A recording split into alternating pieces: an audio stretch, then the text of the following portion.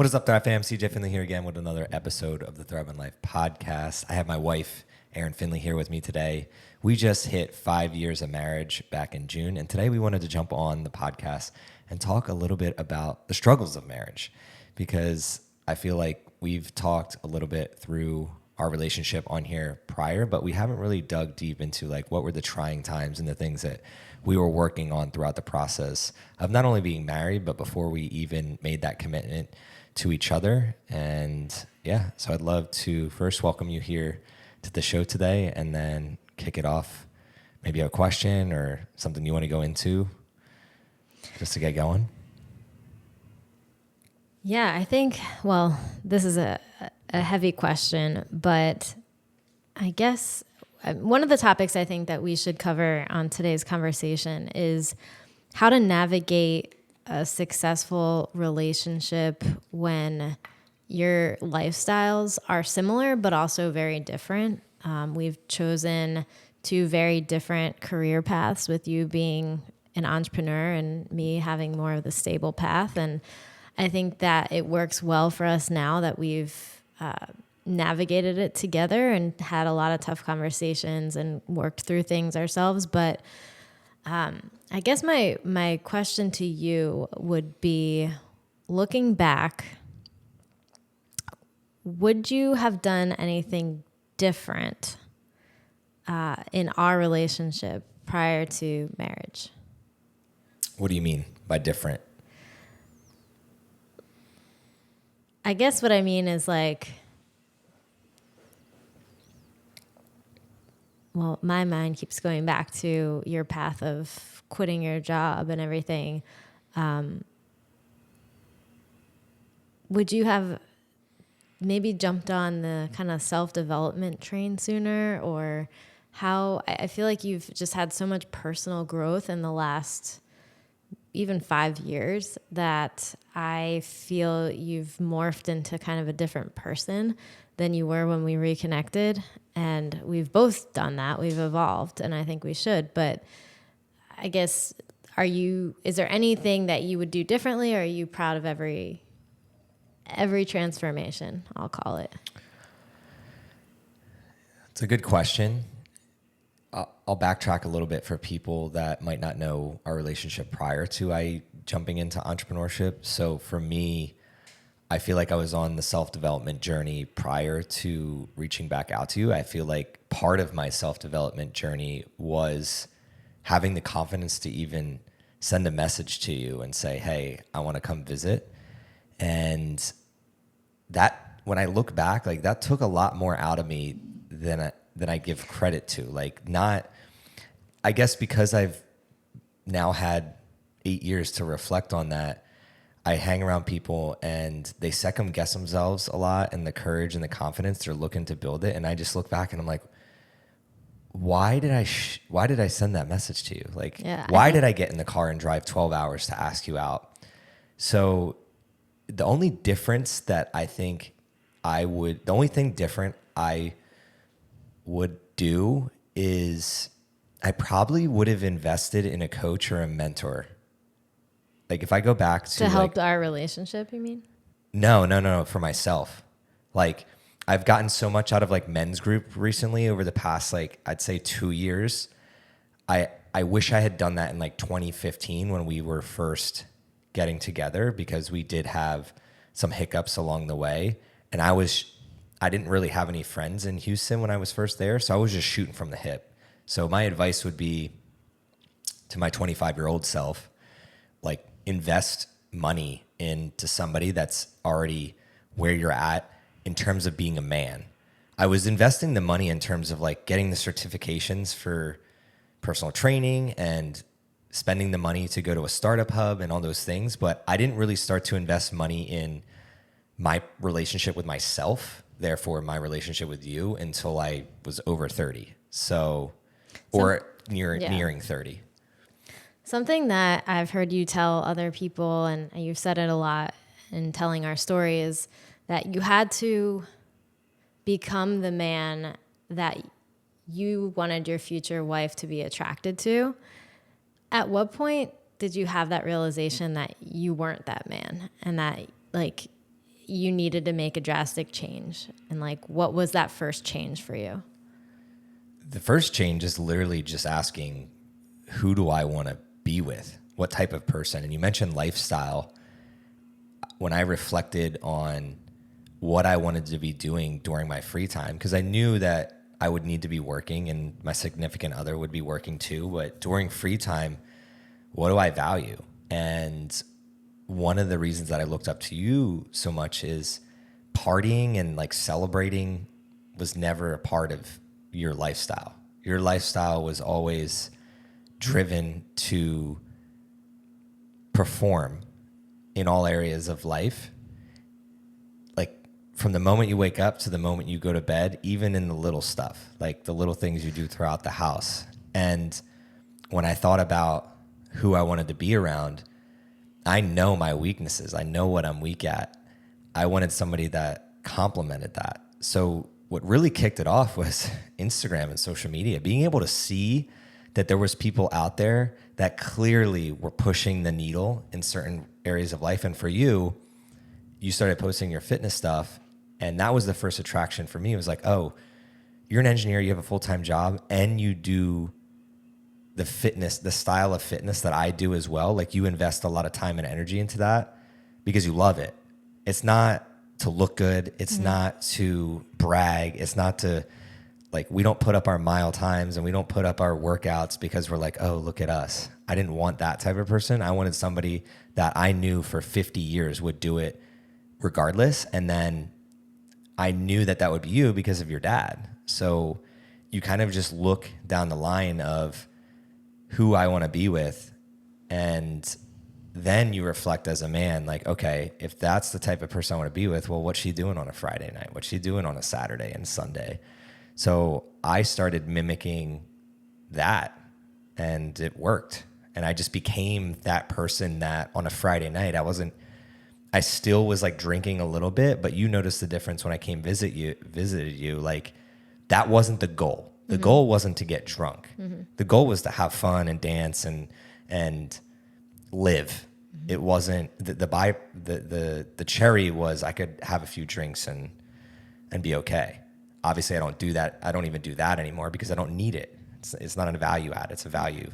You're right. drag. I never really was into drinking or partying, I'll say.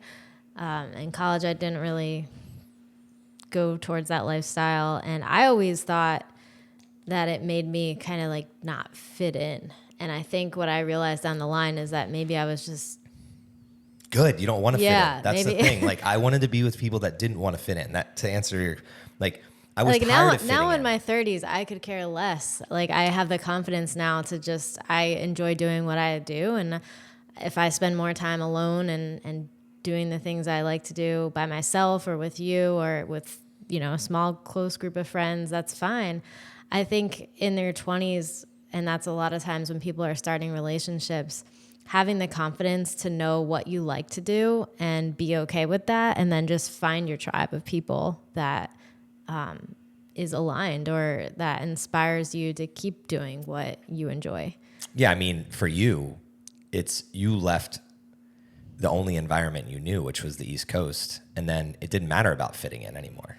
You could just recreate yourself. Now, I want to flip this on you because when I visited you, like I was very still rough around the edges. I was in the beginning of my self-development journey. So a lot of the ways that I was showing up still kind of caused conflict with you. So I'd love for you to kind of run through some of the things that were conflicting for you in the beginning of our relationship, because I think a lot of people out there, especially the way that I post about you, is like, oh, it's just all been peaches and cream since we were 10 years old. But the reality is we have a strong bond because every day it is almost like iron sharpening iron. And when you have two people that are go-getters, you're not always going to have the same opinion on things. Yeah. When I look at that question from like a 50-foot lens, I think the biggest friction was that our personalities are so different. And in the grand scheme of things, that's what attracts us to each other because, like you said, we balance each other out in terms of I provide what you need in some ways when you think about your weaknesses and vice versa.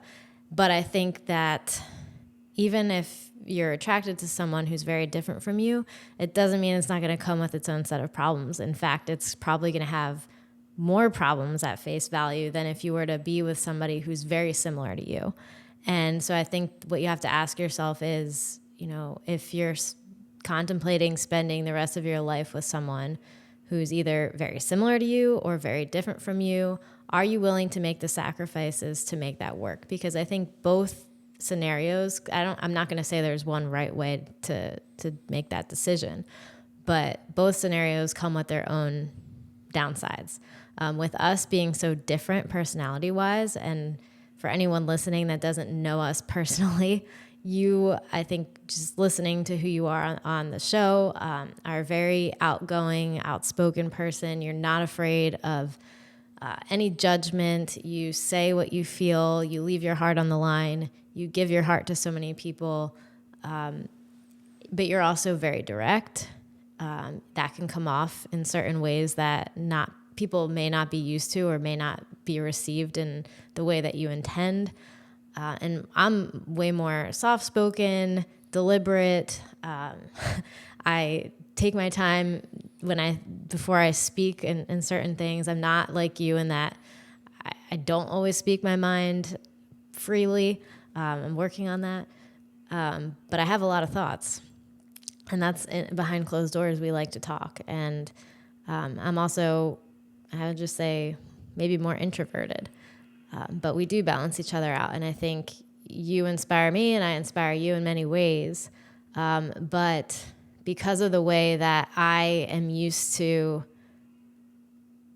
I don't want to say treating other people, but the way I go about interacting with people is a little different from how you do. I think that causes friction, or it did for us, where I was just expecting you to behave like I did.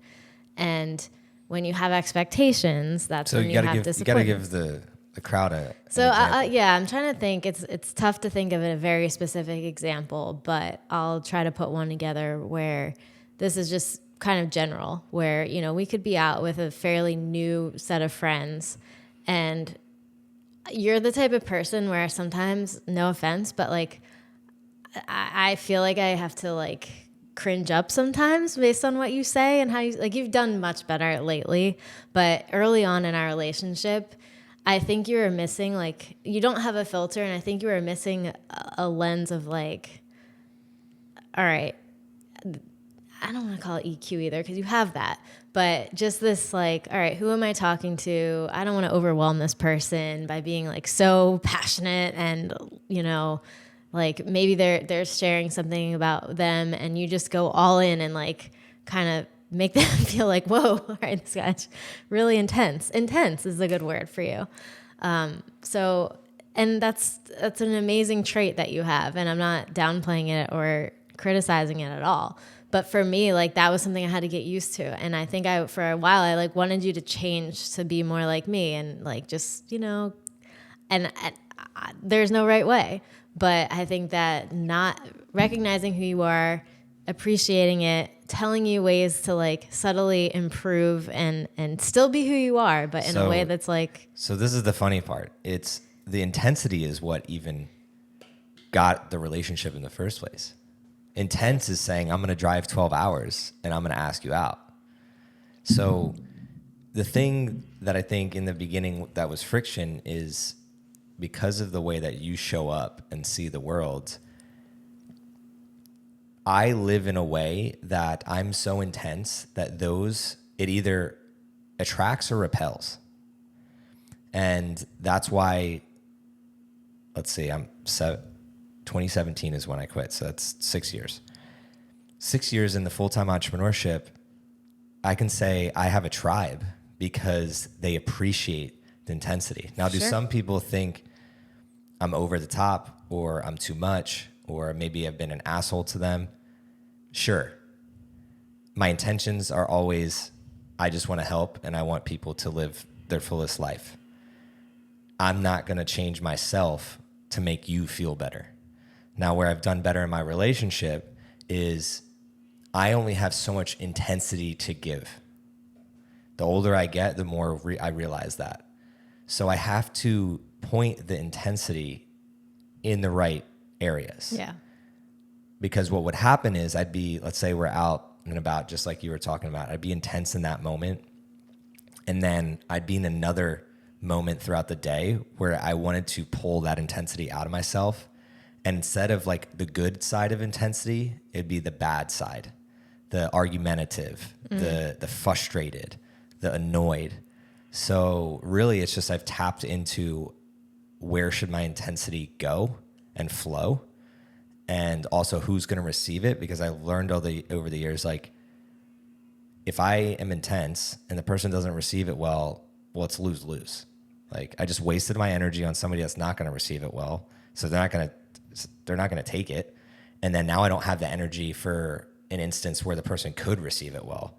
So really that's what happened. But in the beginning of a relationship, like I think the other thing that I would convey to you is I'm a mid-20s male trying to make it for himself. Like intensity is what's going to get me to the next level. Yeah. At some extent. And I think that to just zone in more on our specific relationship, the intensity showed up when it was just us behind closed doors too, where sometimes you would be so intense with the way you would talk to me that it comes off to me like you're like bossing me to be a certain way or do something. And I didn't like the tone of how you would talk. And we're still working on that. You've done much better, but early on we had to work on this, where it comes from a good place where I think your tone is very coach-like. And I didn't want to be coached by you. I did not want to be coached. I was like, please turn off coach mode. I am your girlfriend, then fiance, then wife. And even still as your wife, sometimes coach mode is on. But you've done better. And I think I've also had to recognize that, like ask myself sometimes in the moments where I'm like, I hate the way he's talking. I have to think like, but what is his intention? Do I really think that he's trying to, be mean or something? Usually the answer is no. Like that's not your intention. Your intention is to bring out a better part of me or something. Multiple times in our relationship, I was like, Erin needs to go to boot camp. So just to get used to that mode of somebody. Growing up, the coaches that talked to me in that tone, I knew cared. The people that were like, oh yeah, good job. Like, they didn't give a shit. And like, I didn't get any better. So it's really just in me to be like that when I care. Now it goes back to like the whole give, receive. Like if you're not receiving it, I think where we've done a better job is one, you've become more coachable. I think you trust me more when it comes to the things that I do know. I think 5 years ago, I was very knowledgeable, but I didn't have experience. I didn't have proof. So you kind of were like 50-50 on like, even when I would try to coach, there was conflict. But today, like, I have a portfolio of work. I have a portfolio of a network. I have a portfolio of mentees, of proof that I haven't just been bullshitting the past 6 years. Like things have been moving. So when I do try to coach you, it's like a win-win, because I'm now coming. I'm trying to think of an example of you coaching me, because it's not always like in a self-development type of the atmosphere. The TikTok video. It could be like that I just showed you Descript. Like that's coaching. Sure, but I mean more so in like the moments of like that don't have to do with an output of some sort. Like I know one. Getting a raise for your job. I mean, I guess that's an output. Yeah, those are all outputs. But there have been moments where your tone is standing up for yourself. Or I think I've coached you on even, okay, if we're talking my intensity, what would frustrate me is I would be intense in an environment, and then we'd get in the car. Yeah. And instead of being like, that was a great time, you immediately would be like, why'd you say that? Or why'd you do this? Where in my head, that moment had gone. Like, I'm not living in the past. I'm right here. So the coachable moment is like, why are you living in the past? If that person had a problem, they could say it to my face. And if they can't say it to my face, that shows more about them than it does about me. Because if I had a problem, I would just approach them and tell them to their face. or have a phone call or FaceTime them. So I live in the present, and a lot of people tend to live in the past or be living in the clouds for the future. I've done really well over my life to just like be present in the moment. And if somebody has a problem, like that's it.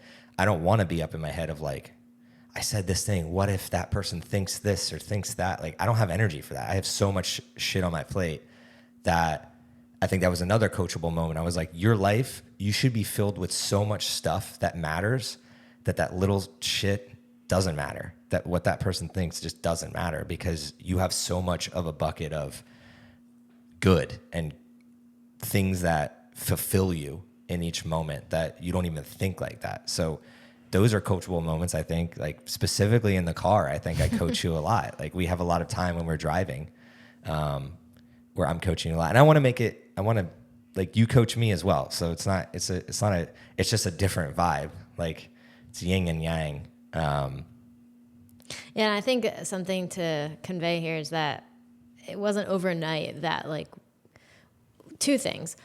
We didn't look at these situations where we would get into arguments and stuff as being like the be all end all that we shouldn't be in a relationship. We were like, okay, this is something we can work on. And I think it took both of us not taking fault, but like taking ownership of, okay, what do I need to do to improve and what do you need to do to improve, and gradually working on that.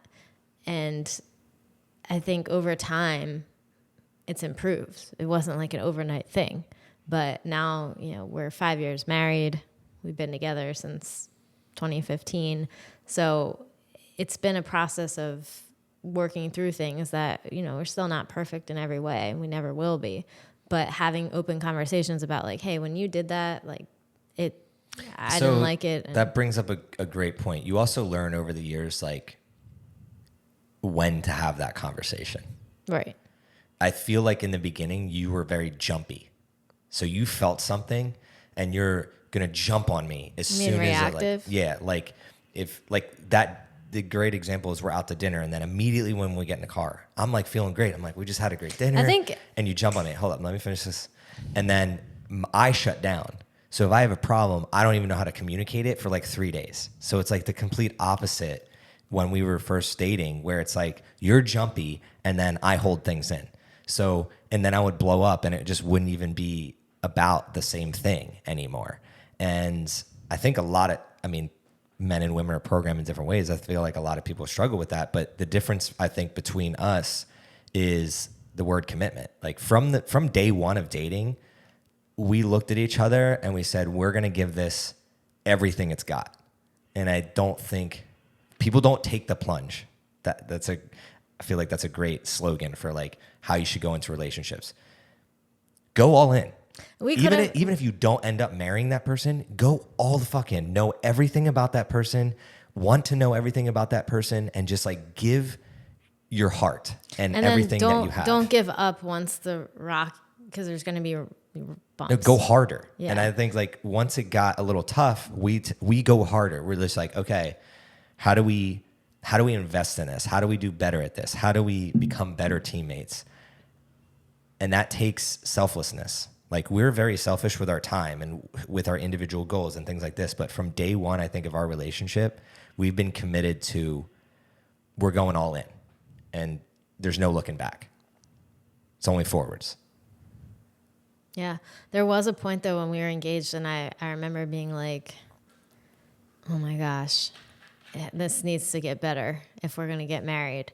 And I think it was a combination of just both of us having like stress and not really working on a relationship. We were so focused on our individual goals at that time. For you, it was... Let's be realistic here. I wasn't making enough money and Erin was in school, so she wasn't making any money. That caused, I think that was a huge conflict. Point of tension. And that was a decision that we both agreed to.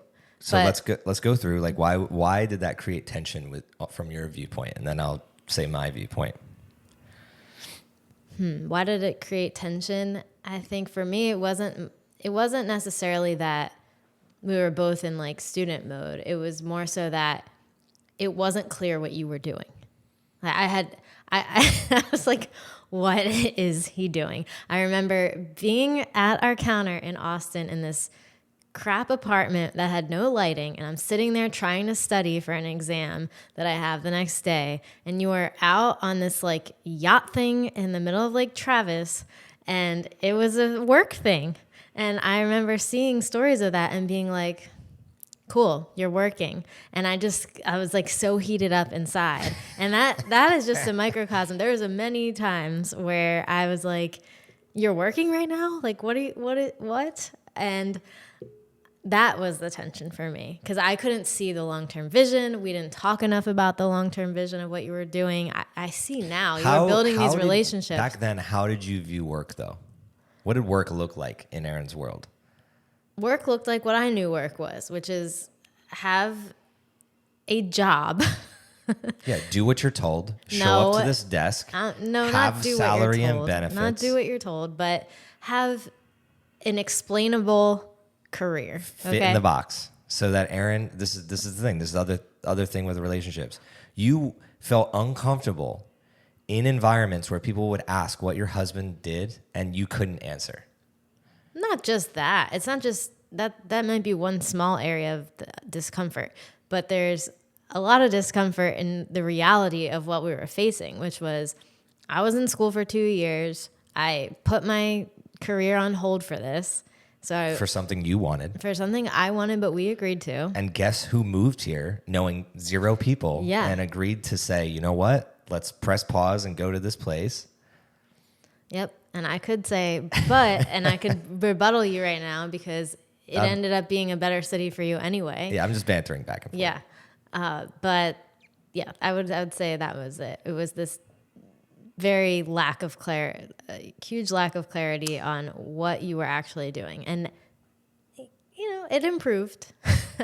I think little by little, but it caused lots of stress that we didn't know how to. But what was I doing when you look back now? And then I'll give you my side. I mean, looking back now, and we've had this conversation many times about the struggle. And it was like, I call it a struggle, but those years were probably like highlights of our lives too. Like we had a blast those years that when we first moved to Austin and I was in school and we were like meeting people constantly, building a community here. What you were doing was building a community, and you wouldn't have the circumstances or situation you're in now if it weren't for that time that you invested and poured into people with no expectation. And for me, I think I kind of view, you asked how I view work. Well, I kind of view it as like a transaction in some ways where you have an output and then you receive compensation for that, right? And you were just doing a ton of meetings and not really to me, I couldn't see what the objective was of a lot of it. And you were doing a lot of free work. And I mean, in hindsight, I think that was the best thing you could have done because you did build a portfolio. You did build a network. You built a community, many communities. You established a name for yourself as an entrepreneur here. So in hindsight, I think it was great. In the moment, it was rocky at times. How do you think I felt during that time? Scared, but also excited. I think you probably felt a mix of emotions of like, is what I'm doing going to work? But this is great. That never crossed my mind. What do you think my biggest fear was? Probably, I mean, I don't know exactly what it was, but knowing you, it was probably something along the lines of like not giving it a chance, like going back to getting a job. My biggest fear was you wouldn't give me a chance and I would lose you, because if you didn't give me a chance, I wouldn't have dealt with that. I would deal with a lot of different things in our relationship, but if you didn't believe in me or you didn't give me a shot, I couldn't continue with our relationship. For me, it was more of a mental shift that I had to make, which was like, why, I don't know, and this is still a question that we talk about a lot, but society doesn't bat an eye when someone says, oh, I'm going to stop working for 2 years to go get my MBA. And you're probably taking out a loan for that in most cases, and you're probably not having a salary because a lot of people, I mean, you can do it part-time in these executive programs, but to go back full-time, that's 2 years of your life where, Opportunity cost. yeah. Or we don't have to go down.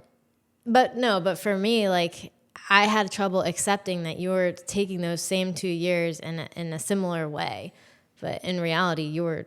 And I was getting paid for it. Yeah. So this is something that I had to communicate to Erin. Like, I mean, I'll be super candid. We took out $75,000 in loans for her to go to school. We took out $0 for me to build my network and build a community. And I was paying my own bills through the personal training that I was doing. The real reason that we struggled was I didn't do a good job of communicating and including you in what I was doing. That was the problem. It wasn't the money. It wasn't, Right. you didn't know how to identify my title or things like that. The real issue was I wouldn't say, hey, I'm going to these 4 meetings. Here's what I'm thinking. Going to these 4 meetings. Here's what I'm working towards right now. Here's where, like, start, stop, keep. Here, like, let's have a conversation of what should I start doing that's a cool idea that could help us. What should I keep doing that I've been doing that's working? And what should I stop doing? I just didn't include you in the process. We also weren't married yet. So I was still unsure of, like, what marriage was and how to show up as a husband rather than, I mean, I was a alpha single male in my mind. Like, I'm going to go hunt. Like, that's where I was. I'm going to hunt for myself. And the byproduct is it's going to pay off for both of us. But the reality is I can hunt better if I bring you into the conversation and understand where we're trying to go and why we're trying to go there and what we're trying to do as a team. Because what I started realizing was everything I was doing, if I did it and it put me in an environment that you didn't want to be in, then what's the point anyway? Like, I'm marrying this woman. So just to give people some tips out there, like, I mean, everyone's heard it. Communication is key, but that's what it looks like. It looks like your significant other, like, if they're really about you, they're going to support you no matter what you do. But you got to bring them in. You got to involve them in what that is because it makes them feel a part of a team. And if you don't feel like you're a part of a team, that's what I meant. Like, my biggest fear was that you weren't going to be my teammate. And I think that's what held me back from telling you a little bit, because I would tell you something. My fear was I'd tell you something and be like, that's stupid, because you just didn't get it at the time. And the other piece of advice is, like, I would never say that's stupid, but I get what you're saying. Yeah, like, but it's a fear. Everyone has that fear, right? The person you love the most putting you down. I was just doing what had been done by people before me that had the successful path. So I read all these books, I talk to these mentors, I listen to podcasts. I was literally just doing what they said. They literally said, meet as many, it's who, not how. Like, meet as many people as you can in the industries, do valuable work for free to build your portfolio, and then opportunities are going to start open. It's like very cut and dry. And that's exactly what I did. I would meet people and I would say, I can do this for you. Like, all I need is a testimonial, or all I need is another connection, and just building that. But to your point of the 2 years, like, the funny part was you looked at your college career like, man, I went there for 4 years. And, like, what really fulfilled me in those 4 years, right? So, like, it was the same thing for me. It was like, we spend these 4 years and money. What's the difference between me taking 4 years to build my career? And I'm not even losing money. I'm not taking out loans. Mm-hmm. I just didn't know how to communicate that. I didn't know how to say, like, okay, these next 4 years, we don't know how it looks. We're just going to be adapting on the fly. But let's look at it like it's college again. Let's look at it like this is the college experience we really actually wanted. So I'm going to flip it on you. How much of the stress and the issue was, like, expecting we should be at a certain stage by a certain age? Did that cross your mind at all? Not really, because I already felt like, from a timing perspective, I felt like we were engaged early. Like, I wasn't worried about timelines. I did feel a little bit of resentment at times when I felt like I established a career for myself, then was going back to school to level up my career again, and I still didn't really know what you were doing to contribute. And now it's clear, and I'd say we're in a much better place of understanding each other's individual goals and our goals together. But that was what it was for me. It was like this resentment of like, you seem like you're just having all this fun, and here I am working so hard to build like a stable path. The skill sets are just different. Like, I make heavy lump sums of money from like strategic thinking.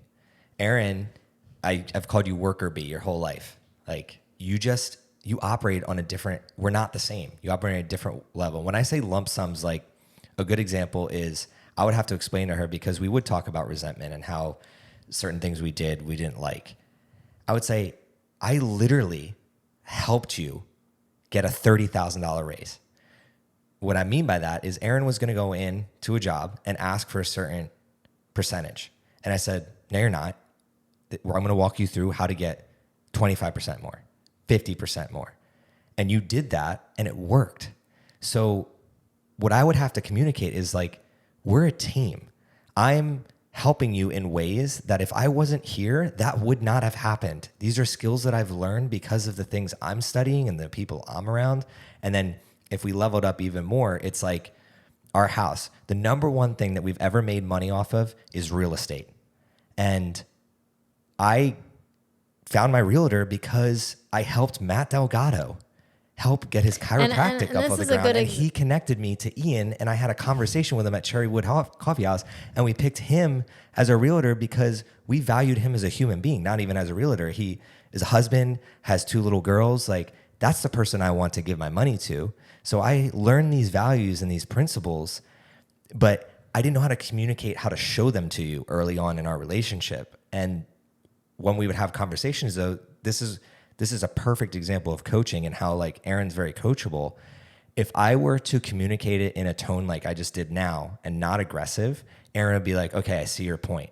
And then we would have growth on that. But if I would come to you and like be in coach mode, it wouldn't hit. And then we would just get into an argument. Just to kind of go back to when you asked me what I defined as work, now I can see that those examples that you just stated is like work, because if I was just doing my job and head down, blinders on, maybe we wouldn't have had those opportunities.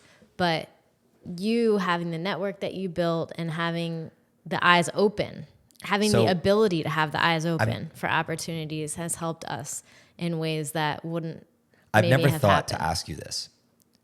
Our relationships takes work, right? Right. Your relationship with the people you love takes work. Correct? Yeah. Do you know how many relationships that I invest in? Isn't that the hardest work that there is? The Excel sheet's not the hard work. The hard work is today when I was out on my run, I sat there and I thought, okay, I'm running. Who can I send 5 videos to? That is hard. Yeah. Like caring about people, giving. And I'm not putting, let me make it clear, I'm not putting my work over your work. I'm saying it looks different because you could, like, man, financial analysis is very hard. No, you're right. It's like, I understand that your work is hard. So when you come home over the course of our relationship, I understood how hard you work and how hard that work is.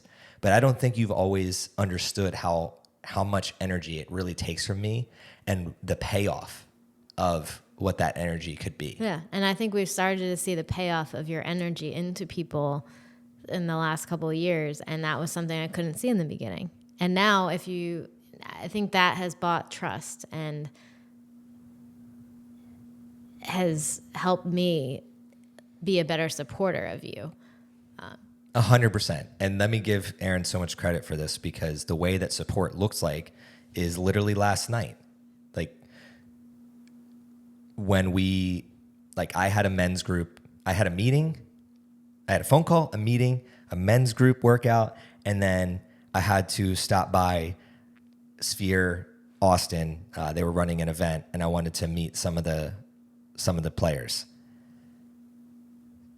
You went out of your way to meet me, so I could park my car and leave it at Squatch, and then we could go out to eat, and then you accompanied me to the Sphere event. is that necessarily the thing that Erin specifically wants to do on a Friday night? Probably not. But you knew that it meant something to me to be in that supportive role. And I'd love to like wrap And somewhere I think, around here because yeah, that comes and I'll full wrap circle. that because for me, I think what's helped me find fulfillment in it is choosing that as the fun thing that I want to do, and like not having another idea of something else to do. But I think the best decision for time spent is how can I be supportive of you with our son so that it's time spent together, but it's also moving your stuff forward and the things that you have to do so that you're not sacrificing. I think that to me, like I've just shifted my mindset around what choice is the right choice or the optimal choice for me. And I end up having more fun as a result. Those are some wise words right there. I think a lot of people struggle with that because there are so many options. Like you mentioned the word, like what's the right option? But if you really think about it, it's just who do I want to spend time with is more important than where we actually are spending time. Yep. And that's been a learning lesson over the years of our relationship as well. Today is a great example. We spent probably 2 hours in Whole Foods because we're trading off of who gets to go for a run. But the grocery store is like meh in general. It's like, you want to go to the grocery store? Meh. But like with our family and with each other, it's always been, no matter where we're at, And I value it. And this goes back to our relationship too. Like I knew that our relationship was special when like you made going to the grocery store fun. Like we always just make the best of wherever we have to be. And I don't care if I'm sitting in the Whole Foods for 2 hours. Like I'm sitting there and then you're there for half the time and I feel like we're spending time together. You're not somewhere and I'm not like I don't have as much fun sometimes if we're both doing completely opposite things. So it's all about how you Last do it. question. We're 5 years in. What do you hope to get out of the next 5 years? Out of the next 5 years, I hope to get continued growth in ourselves and in our relationship. I know that we will because we're working on it every day in different ways. And what I think growth looks like next for us is probably a new destination for us to plant ourselves in. Austin has been amazing and we love it here. And I think that we're just both eager for adventure. And I think, maybe 5-10 years, we're going to be somewhere else. If the way that I look at it is if we're not somewhere else, then we're not growing. Like we didn't do our job. So the goal, I think, on my end, kind of like what you said, it's already in the bank. Like we already do the work, so it's in the bank. I think what I want out of the next 5 years is to push the limits of what we think is possible. I think we've played safe How a little bit. How are you pushing the limits? Your 100-mile run? I think having Aiden has already showed me kind of how much I held back a little bit, like throttling my energy a little bit because he's here and it puts a new constraint on. I'm like, in my mind, I'm like, I don't got time to waste on menial stuff, which then opens my mind to, okay, well, what would really move the needle and what would really tell a good story, like to myself. And that 50K to 50 miler to 100 miler is when I think about the 85-year-old me and he's looking down on me right now and saying, here's some things that you definitely want to have a story around. And I really think it starts with, I want to do it because one day I want to do it with Aiden and our future kids, is things like that.